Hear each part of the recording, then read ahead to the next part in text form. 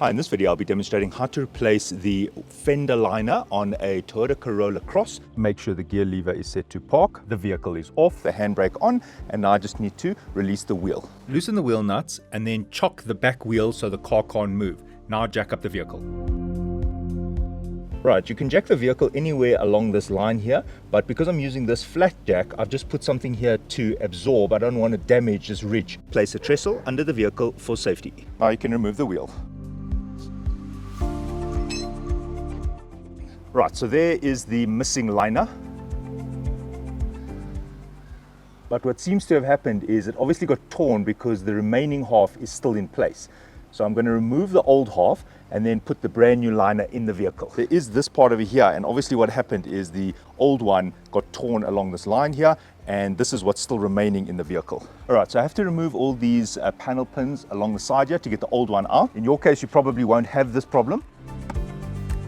All right, so I just take my screwdriver, I insert it in there, and then I pull this out. I'm going to reuse these, so just keep them safe. So I'm removing all the old fittings for this part of the liner. So I'm removing them all along here. I just take my screwdriver, I wiggle it inside there, and then I pull this out.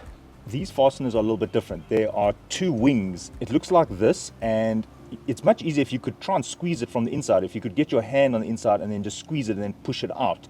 That's not always easy to do. So what you want to do is you can put a screwdriver in there. There's two flanges that need to be pressed together. So if you take a screwdriver, you can open the one side and then you can release half of it. Then you take a screwdriver on the other side and release the other half.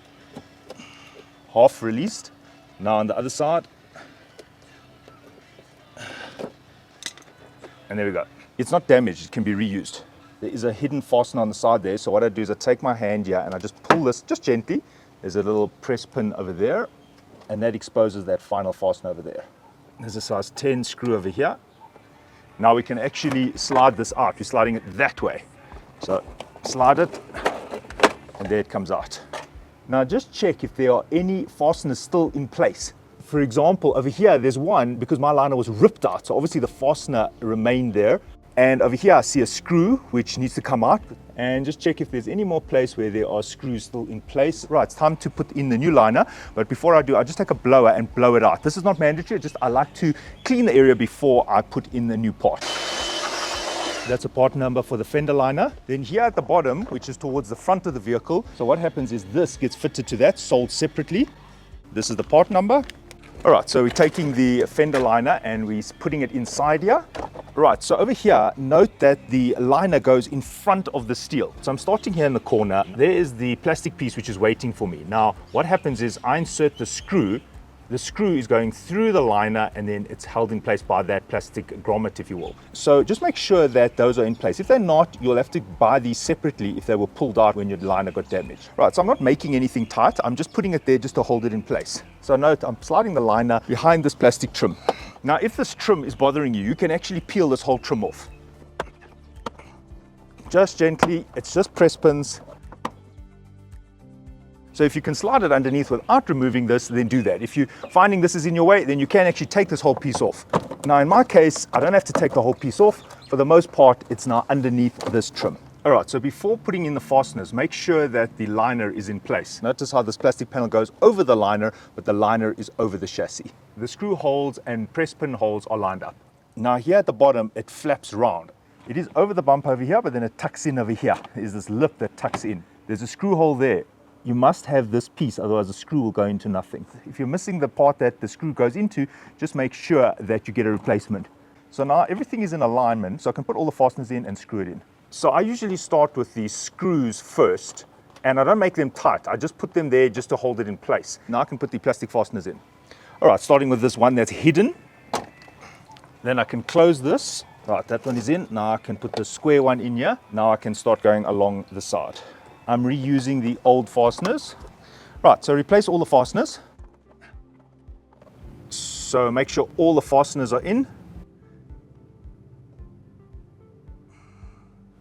You can now tighten the screws. All right, so underneath the car, this is going to be installed like this, but I've left this off for a reason because I just want to show you the additional fittings here. This one here is a push pin. This one over here is a screw, and so is this one over here. Now, the screw has to go into something. Now, I still have the plastic threaded part on that side, so it's fine.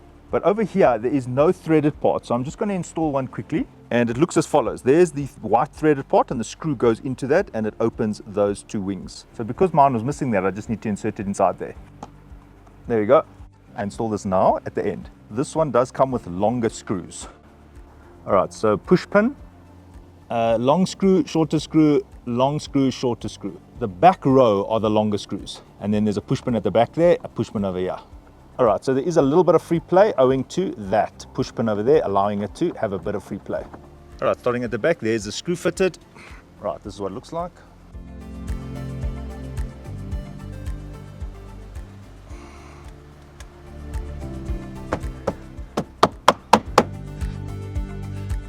I just want to show you there are differences on some of these Corollas. For example, if you look at viewpoint C here, which is this view over here, one can see we have 14, 12, 14. And over here, it's those plastic fittings, 14, 12, 14. But I just want to show you another derivative. Here we see a bit of a mud guard, which fits onto the fender liner here. So therefore, when we look at the C viewpoint, we see 282824. And the reason for that is if we look at 2, it's got that plastic fitting that's on the inside. And then we've got number 8, which is a screw. And the reason why it's a screw is because we're going to screw in this mud guard of sorts. So there are variations in this. And then just having a look here, number 3 looks like a push pin, and the reason why it's a push pin is because there are screws being used here because of this mud guard. But if we go back to this fitting, there's no mud guard, and therefore this position over here is now where a screw goes. So there are some variations here, so that's why I'm showing you the parts breakdown here. Lastly, here where this piece fits in the front under the bumper area, there are 2 different screw sizes. However, when I look at the part numbers, it's actually just giving one part number and it says 8 screws. But when I look at this part number, we can see that these are 8 of the longer screws. Yet on my vehicle, it was a combination of some longer and some shorter, as shown in the video. So please be aware there are some variations. Okay, thanks for watching and cheers.